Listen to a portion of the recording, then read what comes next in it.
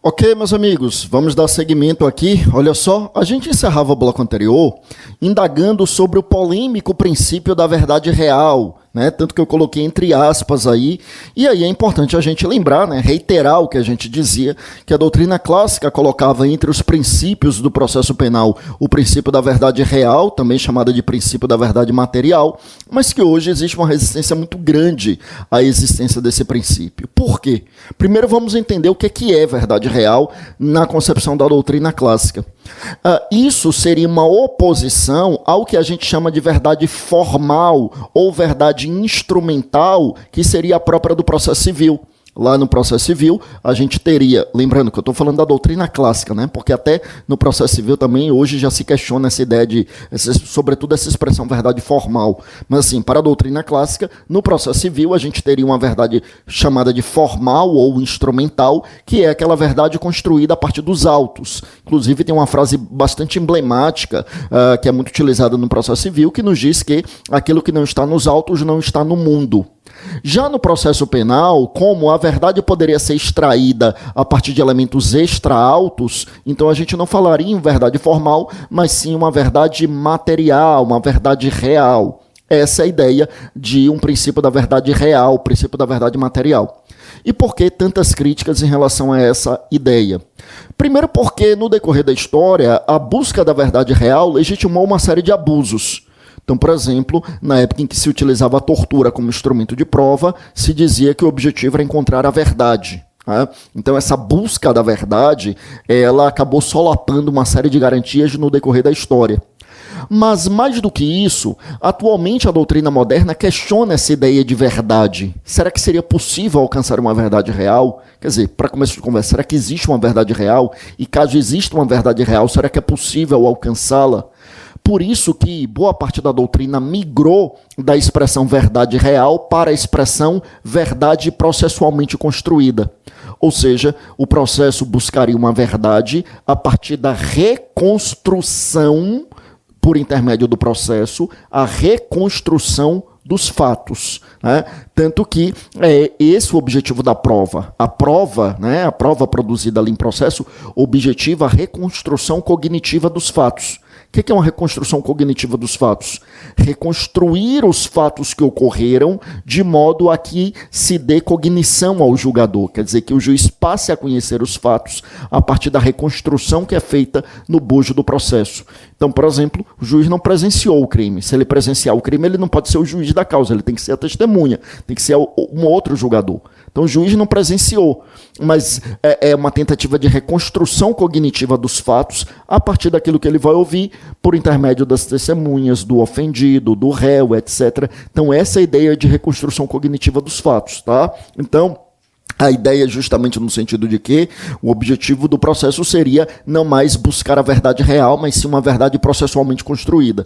E há outros autores, inclusive, que nem trabalham mais com o paradigma da verdade, simplesmente dizem que não existe esse princípio. Então eu trago aqui para vocês essas três visões. A primeira visão, que é uma visão mais clássica, que hoje é bastante questionada, que é essa ideia de que o processo penal objetivaria uma verdade real, também chamada de material, em oposição à verdade formal que se buscaria no processo civil. E a segunda visão de que não há como se alcançar a verdade real, então a gente falaria numa verdade processualmente construída. E uma terceira visão no sentido de que a gente nem deve trabalhar com o paradigma da verdade quando a gente fala em processo penal. Por isso que, veja, eu repito, eu coloquei aqui a expressão entre aspas, tá? Bom, vou seguir aqui com vocês, meus amigos, para que a gente traga mais um princípio importante, que é o princípio da publicidade. Princípio da publicidade. A regra é esta, é a publicidade do processo. Ao contrário do que acontecia na época do sistema inquisitivo, em que os processos eram secretos e nem o réu sabia do que estava sendo acusado. Atualmente a regra é a publicidade dos processos. Todavia, pode haver o abrandamento dessa ideia, pode haver o afastamento dessa ideia, porque pode existir situações podem existir situações nas quais se faça necessário que o processo ocorra em sigilo, o chamado segredo de justiça. De acordo com o texto constitucional, isso ocorreria quando houvesse a necessidade de preservar o interesse social ou a vida privada. Então, a título de exemplo, os crimes sexuais, por determinação legal, são processos que correm em segredo de justiça. Porque, veja, além da imensa gravidade dos casos, tem também a questão de preservar a intimidade da vítima. Quer dizer, o segredo de justiça aí não é um benefício para o réu, é um benefício para a vítima. Então, isso pode acontecer. Há determinadas situações em que o próprio CPP permite que as audiências seja feita a portas fechadas, no artigo 792, parágrafo 2º do CPP, porque em regra, como o processo é público, em regra a audiência tem que ser feita com portas abertas, mas excepcionalmente é permitida a realização da audiência a portas fechadas. Lembra que essa publicidade, ela vale também para a investigação, mas na investigação ela é mitigada. Uma das características do inquérito é o sigilo. Então é uma publicidade bastante mitigada. Por que eu digo publicidade mitigada? Porque de algum modo existe uma parcela de publicidade. Não existe a publicidade, meus amigos, para o público externo, mas para o interno, para o juiz, o promotor e o defensor. Para o juiz e o promotor não pode haver sigilo na investigação. Claro, eu não estou falando de qualquer juiz e qualquer promotor, estou falando do juiz e do promotor que virtualmente são os competentes para atuar naquele caso. Então, para o juiz e o promotor não há sigilo. E para, meus amigos, o defensor, lembre que na investigação, súmula vinculante 14, que a gente vai falar detalhadamente quando estudarmos investigação criminal, a súmula vinculante 14 deixa claro que é direito do defensor ter acesso aos autos que contenham elementos de prova que já foram produzidos e documentados. Os elementos de prova que ainda estão em fase de diligência, não, mas aqueles que já foram produzidos e documentados, é direito do defensor ter acesso a isso. É a súmula vinculante de número 14, tá? Vamos lembrar aqui. Bom, um outro princípio muito importante aqui, meus amigos, é o princípio da motivação das decisões. Princípio da motivação das decisões. Veja, a grande regra é de que as decisões judiciais sejam fundamentadas. Isso tem status constitucional, inclusive, está na Constituição. É o artigo 93, inciso de número 9 da Constituição, que nos diz exatamente isso. Nos diz, então, que toda decisão judicial deve ser motivada, deve ser fundamentada. E no processo penal a gente só tem uma exceção. Veja, para o juiz togado não tem exceção nenhuma. Toda decisão judicial deve ser devidamente motivada. Tá? Inclusive, com a alteração recente promovida pela lei anticrime, o CPP passa a estabelecer parâmetros para aquilo que se considera motivação. A gente vai ver aqui nesse curso de forma oportunamente. Mas a ideia é essa: para o juiz togado, toda decisão deve ser motivada. Veja, eu não estou dizendo que todo provimento judicial tem que ser motivado, mas eu estou dizendo que todas as decisões precisam ser.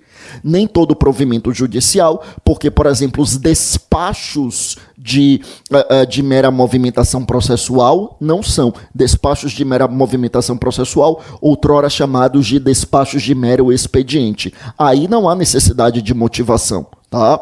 Por razões óbvias, porque aí não tem conteúdo decisório. Mas tendo conteúdo decisório, para o juiz togado sempre haverá necessidade de motivação. Quando eu disse que essa exigência de motivação tem uma exceção, não é para o juiz togado, é para o juiz leigo. Juiz leigo não é aquele juiz leigo lá do juizado previsto na Lei 9.099. Eu estou me referindo ao juiz leigo, expressão doutrinária para designar o jurado no tribunal do júri. Para o jurado, para o juiz leigo, meus amigos, vale lembrar aqui que não existe ali motivação. O jurado não fundamenta fundamenta a sua decisão. O jurado vota sim ou não e ele não tem como motivar. Até porque se ele motivar, ele quebra o sigilo das votações, que é uma das regras contidas aí no nosso artigo 5º, inciso 38 da Constituição Federal, que trata do Tribunal do Júri. Então, para o jurado, que é considerado o conselho de sentença, ou seja, os 7 jurados reunidos, ali é considerado um órgão judiciário e cada um dos jurados é considerado juiz leigo. Então, esse órgão judiciário colegiado, que são 7 jurados reunidos, chamado de conselho de sentença, para ele, o conselho de sentença, a decisão do conselho de sentença, que é chamada de veredito, o veredito, ele não é motivado, tá? Veja, o veredito não é motivado. Eu não estou dizendo que a sentença no júri não é motivada. Lembra que a sentença no júri ele tem o veredito, que é a decisão dos jurados, mas em cima do veredito, o juiz presidente prolata a sentença, motivando, né, fundamentando as decisões a partir do veredito, tá? Bom, volte comigo aqui para a tela, meus amigos. O que mais que a gente tem? Então, assim, só para esclarecer, claro, né? Então, a sentença do juiz-presidente, que é o juiz togado, é juiz-presidente porque ele preside a sessão do júri, essa obviamente é motivada. Agora, o veredito dos jurados é que não é, tá? Bom, um outro princípio muito importante aqui para nós, meus amigos, é o princípio do duplo grau de jurisdição. E tem uma polêmica aqui sobre esse princípio, duplo grau de jurisdição. Tá? Na verdade, a polêmica não é em saber se o princípio existe ou não. A polêmica é saber se esse princípio ele tem status constitucional ou é status infraconstitucional. Só para a gente entender. Infraconstitucional, no mínimo, tem, porque o duplo grau de jurisdição é um princípio que está previsto na Convenção Americana de Direitos Humanos.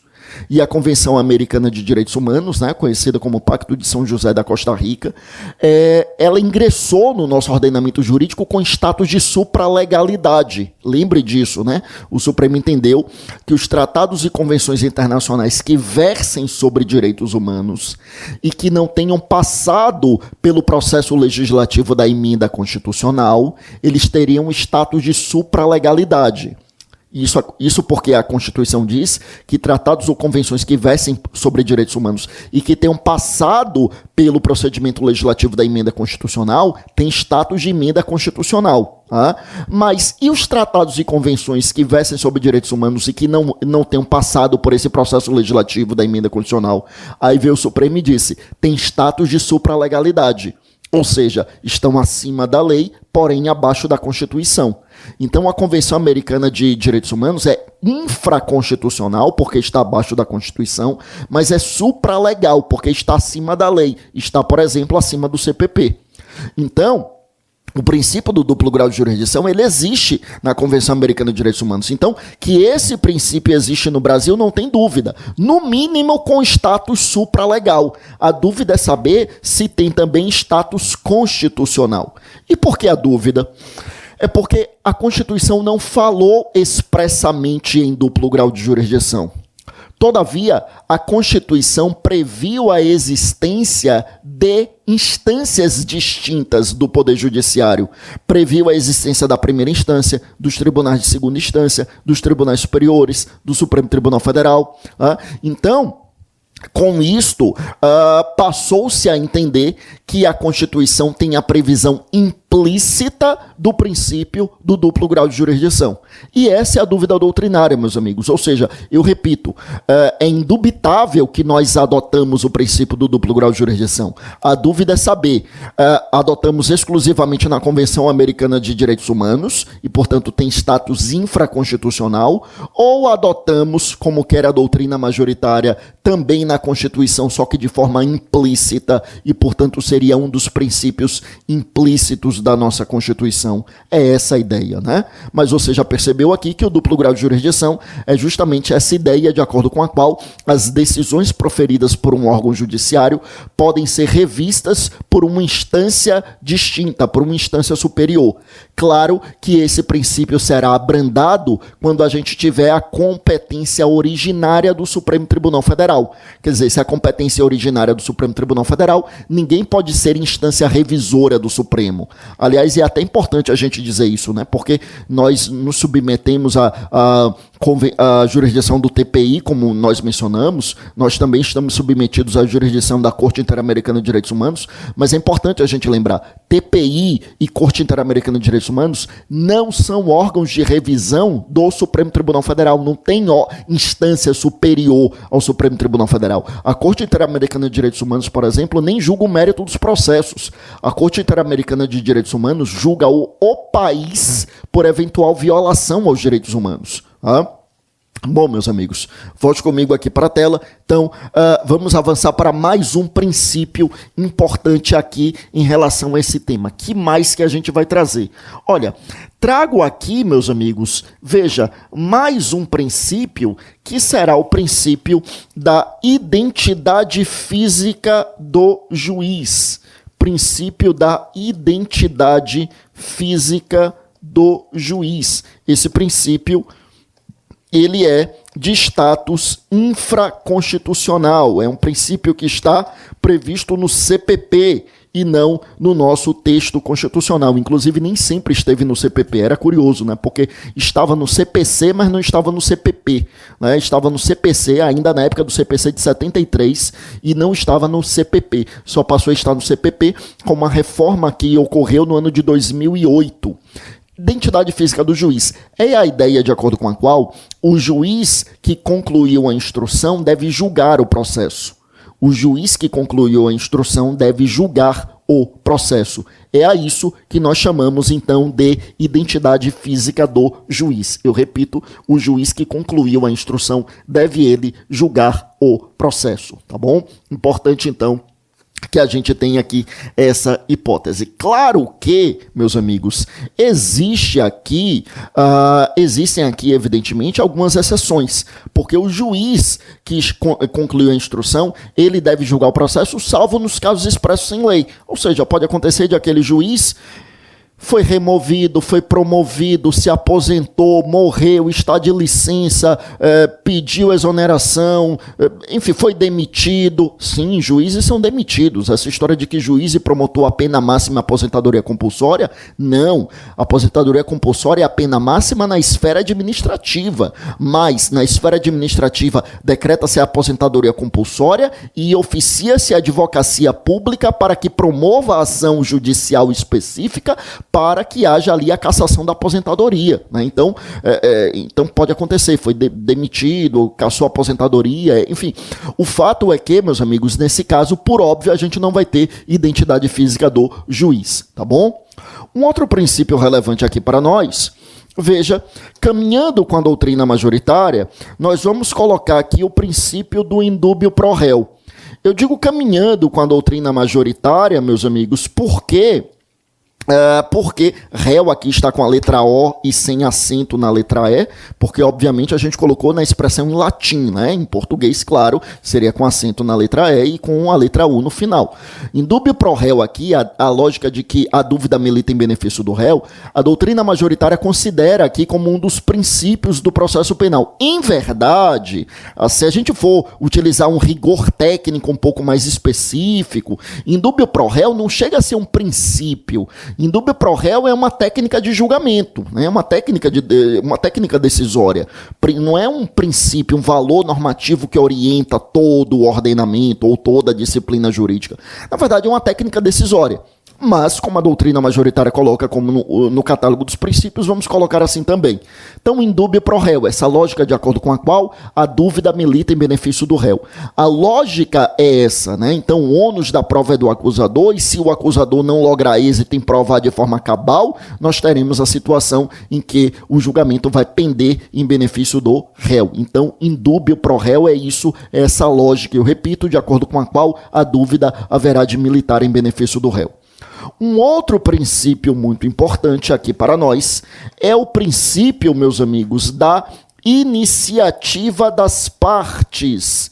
Iniciativa das partes. Olha bem, iniciativa das partes traduz aqui a lógica de que o juiz não pode agir de ofício, na expressão em latim, ne proceda iudex ex officio.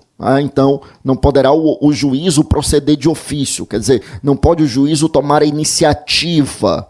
Ou a gente pode dizer também, né, que não há juízo nemo iudex sine actore, né? Ou seja, não há juízo sem autor, né? Ou seja, um autor da ação é que provoca o juízo a atuar. É essa a ideia da iniciativa das partes. É o que a gente pode chamar também de princípio da inércia jurisdicional. O princípio da inércia significa dizer que cabe às partes ali iniciar o processo. No âmbito do processo penal, essa iniciativa incumbe ao Ministério Público, se for um crime de ação penal pública, ou ao ofendido, se for um crime de ação penal de iniciativa privada. Antes da Constituição de 88, existiam os chamados procedimentos judicialiformes. Procedimentos judicialiformes eram procedimentos iniciados pelo próprio juiz. Quer dizer, a gente não tinha isso. Em alguns casos, o próprio juiz poderia iniciar o processo criminal. O que, obviamente, era uma total violação ao sistema acusatório, né? Sistema acusatório, a gente vai ver no próximo encontro, sistemas processuais. Sistema acusatório é justamente essa lógica de acordo com a qual quem acusa não pode julgar, quem julga não pode acusar. Antes da Constituição de 88, nos procedimentos judicialiformes, veja, o juiz começando o processo criminal é o juiz acusando. Era o juiz que acusava e julgava ao mesmo tempo. Isso, obviamente, hoje violaria aqui esse princípio da inércia. Agora, depois de iniciado o processo, aí o juiz pode tomar atitudes de ofício. Bom, a recente reforma promovida pelo CPP, promovida pela lei anticrime no nosso CPP, acabou com a possibilidade que existia de o juiz decretar prisão preventiva de ofício. O juiz não pode mais decretar prisão preventiva de ofício. Ainda temos o artigo 156 do CPP que permite, em casos específicos, ao juiz produzir prova de ofício, mas a constitucionalidade desse dispositivo também é bastante questionada pela doutrina. A gente vai ver isso oportunamente também aqui nesse curso, quando chegarmos no tema provas. Mas a ideia é, pela ideia da iniciativa das partes que nós colocamos aqui na outra tela, o juiz não pode tomar a iniciativa, ele não pode iniciar o processo criminal, isso com absoluta convicção. Então, o princípio da iniciativa das partes seria que esse princípio da inércia, tá? Bom, um outro princípio, meus amigos, que é um princípio que é bastante mitigado, para não dizer que ele é inobservado na prática, é o princípio da oralidade. Oralidade justamente porque nós temos a audiência, onde são produzidos inúmeros atos oralmente, e a audiência deveria concentrar a produção da prova no processo, né? Então, ali na audiência, se vai ouvir o ofendido, as testemunhas arroladas pela acusação, as testemunhas arroladas pela defesa, colher esclarecimentos do perito, enfim, se houver depoimentos contraditórios, será feita a cariação, enfim, as pessoas podem fazer reconhecimento das pessoas ou coisas, tem um interrogatório do réu, tudo isso é produzido oralmente. Então, o princípio aqui a gente fala em oralidade, tá? Bom, ainda, meus amigos, o princípio da inadmissibilidade das provas ilícitas. Princípio da inadmissibilidade das provas ilícitas. Evidentemente, nós teremos aqui a oportunidade de trazermos o tema provas, como eu mencionei há pouco, e aí, meus amigos, claro que a gente vai falar disso de uma forma bastante criteriosa. Então, claro que aqui na parte principiológica é para a gente trazer uma noção geral do princípio, e quando a gente chegar na parte de provas, lá na frente, aqui no nosso curso, aí a gente vai ser mais minucioso, aí a gente vai falar da diferença entre prova ilícita e ilegítima, da questão do sistema lá do envenenamento das provas, né? Ou seja, frutos da árvore envenenada, das exceções aos frutos da árvore envenenada. No momento, basta a gente lembrar que a Constituição proibiu as provas ilícitas, né? Proibiu a utilização das provas ilícitas no âmbito do processo penal. Todavia, o Supremo Tribunal Federal, ou melhor, proibiu a utilização das provas ilícitas no processo, a Constituição, né? Processo penal eu falei porque a nossa disciplina é o que nos interessa. Mas lembra que o Supremo Tribunal Federal, meus amigos, ele tem permitido o emprego da prova ilícita desde que seja em benefício do réu, né? Valendo-se ali da ideia de proporcionalidade, fazendo uma ponderação aqui dos interesses, dos valores, dos princípios que estão em jogo, tá bom? É isso, só para a gente fechar aqui, a gente precisa lembrar do princípio da razoável duração do processo. Razoável duração do processo, que é um princípio que, obviamente, vale também para o processo administrativo, o processo civil, o processo trabalhista. Lembrando que razoável duração significa uma ideia de proporcionalidade. É o meio termo. A gente não pode ter um processo que corre muito, nem um processo que é muito lento, né? Às vezes as pessoas acham que razoável duração é para evitar, é para que o processo seja célere, não é necessariamente assim. Principalmente no processo penal. Processo que corre muito, ele está atropelando direitos e garantias. E não é só do réu, é do réu, mas também da vítima, da sociedade, etc.